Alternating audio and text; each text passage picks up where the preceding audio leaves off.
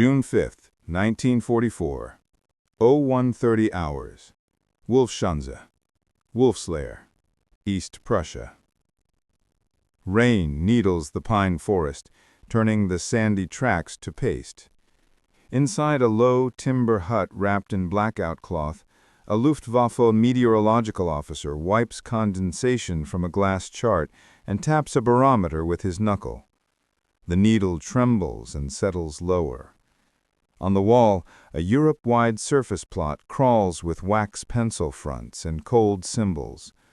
The officer clears his throat, glances toward the tall figure near the stove, and reads from the typed summary you could smell before you could see, hot ink and damp paper. North Atlantic Depression holding. Gale force winds channel approaches. Visibility poor to nil. Airborne operations improbable. A stove pops. Coffee hisses. The room is bright with the hard, cramped light of crisis. Enamel mugs, wet greatcoats steaming, Feldgrau shoulders hunched over maps of Normandy, where blue pencil has divided beaches into neat German sectors: Utah, Omaha, Gold, Juno, Sword. The senior colonel of weather speaks carefully, like a man stepping across a minefield. My recommendation, no major invasion for 48 hours. Heads nod, pencils slash orders. Outside, lightning rips the clouds open, and you can feel the decision settle on the compound like fresh snow, cold, sound dampening, final. June 5, 1944.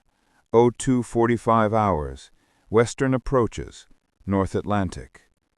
A British destroyer shoulders into black water, bow knifing spray that falls like torn silk in the searchlights. On the darkened bridge, a fleet meteorologist braces against a chart table, reading wind speeds shouted in from a sodden rating with a wet logbook. Backed to west by southwest, easing. He circles a tiny window with grease pencil, a pause in the storm, not a break so much as a breath, a narrow corridor of chance. Behind him, the captain's hands rest on the combing, knuckles pale. Across the sea, 100 ships call the weather in with voices like static ghosts, cloud lifting, seas moderating, ceiling rising. The meteorologist exhales and sends his message shoreward in clipped syllables. Somewhere, ashore, a general will take this faint, precise hope and spin a coin with it. June 5, 1944. 0310 hours. Southwick House, England. A room of cigarette smoke and layered maps. You can taste the damp wool and ash on your tongue. Eisenhower leans forward, elbows on knees, hat on the floor. His weatherman, Group Captain James Stagg, points at a faint line curling off the North Atlantic like a cat's tail.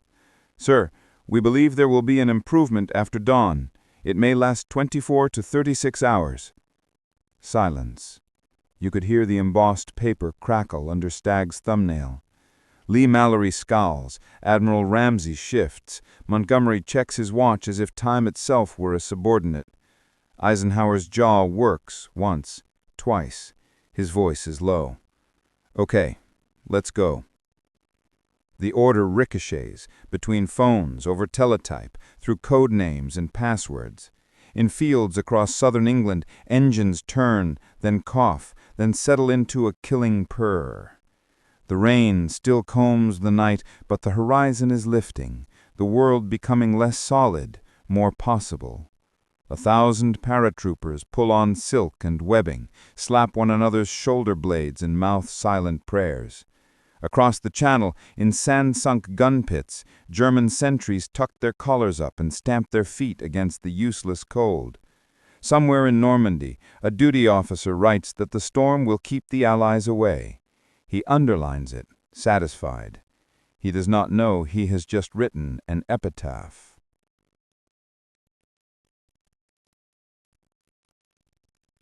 December 14th, 1941. Colditz Castle. Saxony. Wind punches the curtain as a guard steps in, shakes snow from his boots, and grunts something about the roll call. Below the bars, a lone British prisoner kneads a lump of soap into a molded key blank, while his roommate sands a compass rim with the devotion of a monk. The prisoner's name is Lieutenant Airy Neve, and his right eye is red from a blow that puffed the lid. The room smells of cabbage and bootblack. On the shelf, a sliver of chocolate wrapped in threadbare paper and a French grammar with pages cut into notches where a map once lived. Neve palms the soap key, looks past the frost flowers on the window to the yard where goats pick at straw. He's already slipped out of 6 cages, fields, fences, freight cars, and each time Germany answered by building the bars higher and deeper. Colditz is the answer to men like him, a cliff of stone folded in ice with swan's neck towers and a reputation that claws at your heart. The guard counts, squints, and moves on. Neve lets out a breath he didn't know he was holding and whispers to the room, to himself, to the war. 7. And then England. He studies the corridor beyond the door, the route walked so often that it has become a map etched into nerves. 3 steps, iron latch, 10 paces, turn left. The sour smell of the stairwell, the plank that creaks like a small animal. Beyond that, an auxiliary door that opens to the clockmaker's shop, where once a week the rhythm of the castle's heartbeat can be altered by a man with delicate fingers and a soft cough. The weather slams the shutters. Neve watches the snow skirl under the arch and imagines another weather, a weather of information, the drift of guard routines, the high-pressure ridge of a new officer's vanity, the cold front of a Silesian sergeant's temper. He's learned to read it, and he will sail by it.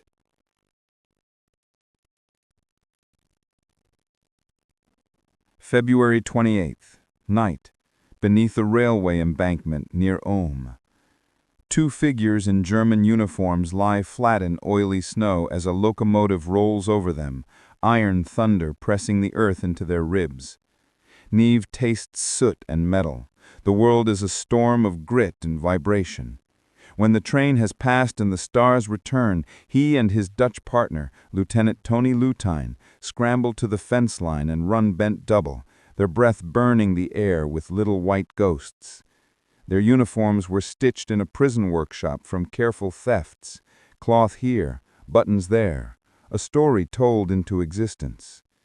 At a signal box, a clerk in a gray cardigan mutters, "Scheisse de Kälte." It is the kind of cold that shortens words and plans. The forged papers, smeared with Bacon's cold sweat where his hand had trembled hours earlier, say they are railway labor attached for snow clearance. The clerk stamps without looking up. They move again, across a yard full of sleeping wagons, under the thin coppery moon that makes every shadow look like a man with a rifle. March 5, 1942. Swiss frontier, near Singen. Snow squeaks under their boots. The fence is a black comb against a paper sky. Beyond it, the first smell of safety, which is no smell at all. Clean air, a silence that doesn't listen for footsteps. A patrol trudges by, coats white with hoarfrost, the scrape of hobnails on ice ticking like a metronome. Neve and Lutijn sink to their knees and breathe into their scarves until the patrol passes. They cut, slide, and are through, the wire kissing their coats and then letting go. When the Swiss customs hut door swings open, warm air carrying pipe smoke and coffee swallows them. Neve removes the false cap, the false papers, the false man. And the room spins. He is 26 years old and suddenly as old as winter itself. He smiles like a man whose jaw forgot how to. The Swiss officer signs a ledger, a simple human gesture that sounds to Neve like a choir. He will be back in Britain soon. He will be given fresh orders, a new office, and a duty that suits the way his mind hunts for edges and openings. MI9.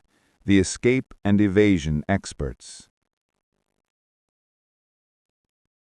June 5th, 6th, 1944. London. A basement office lit by green-shaded lamps. The storm beats on Victoria's rooftops and gutters.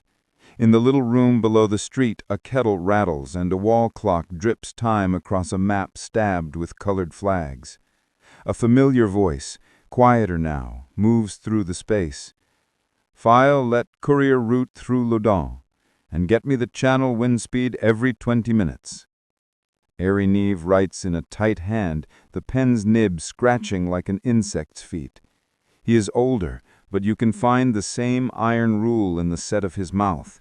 Do the next necessary thing. On the desk, a stack of dossiers. June 6th, 1944. 0430, Omaha Beach, Normandy.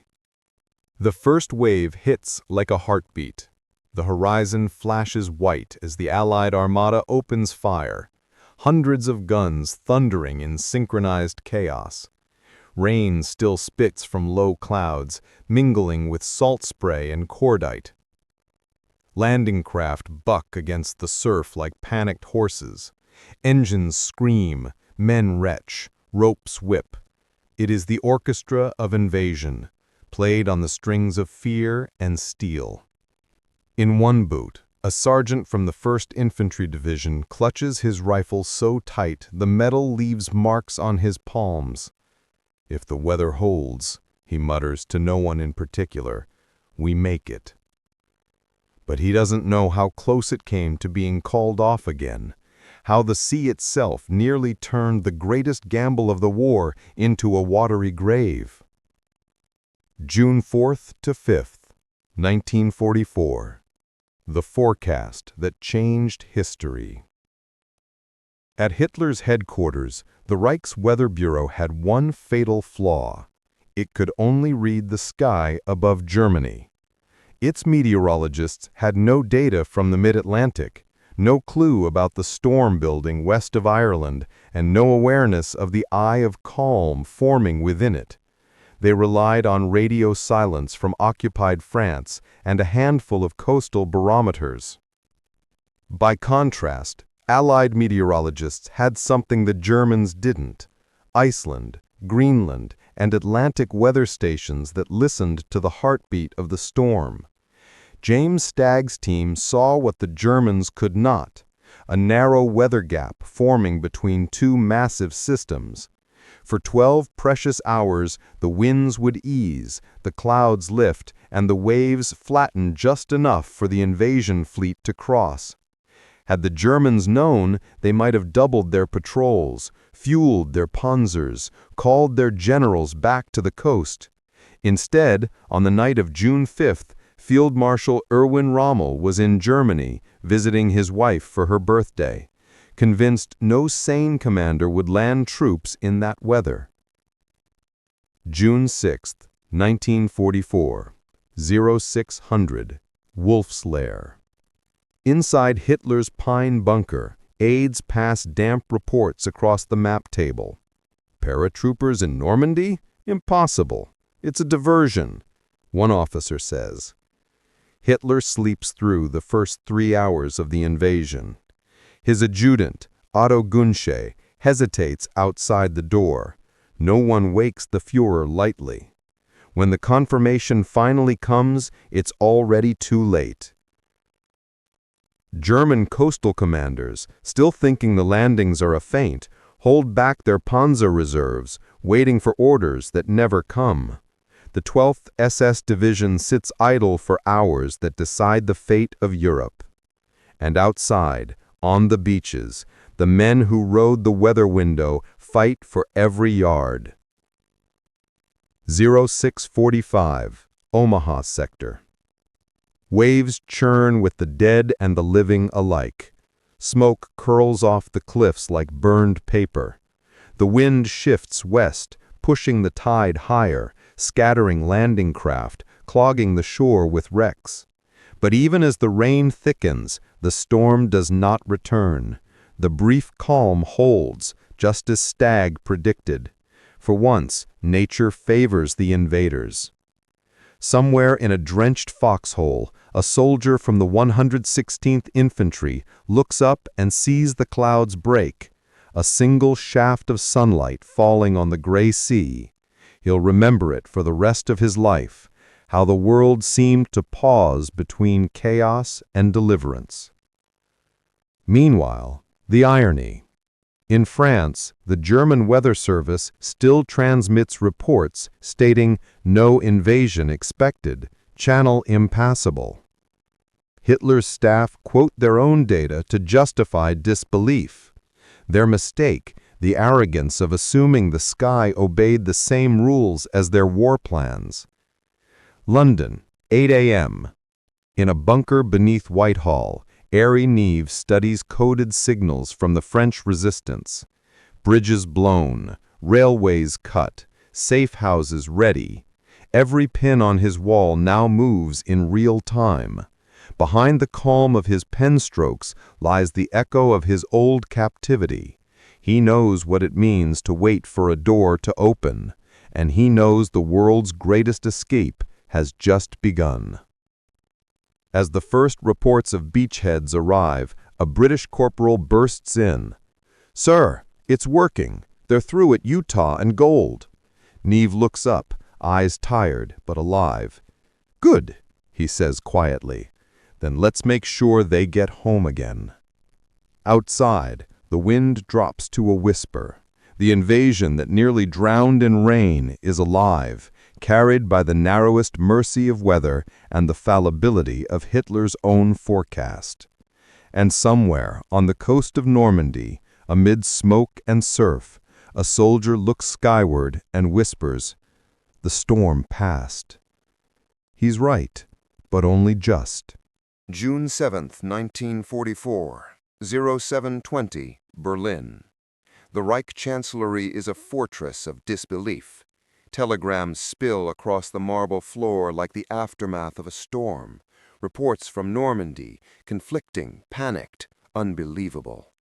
A Luftwaffe courier bursts in, soaked to the bone, clutching decoded Allied transmissions. Mass landings confirmed, 5 beaches, paratroopers inland. Hitler stands at the map table, hair unkempt, his knuckles white on the edge of the map.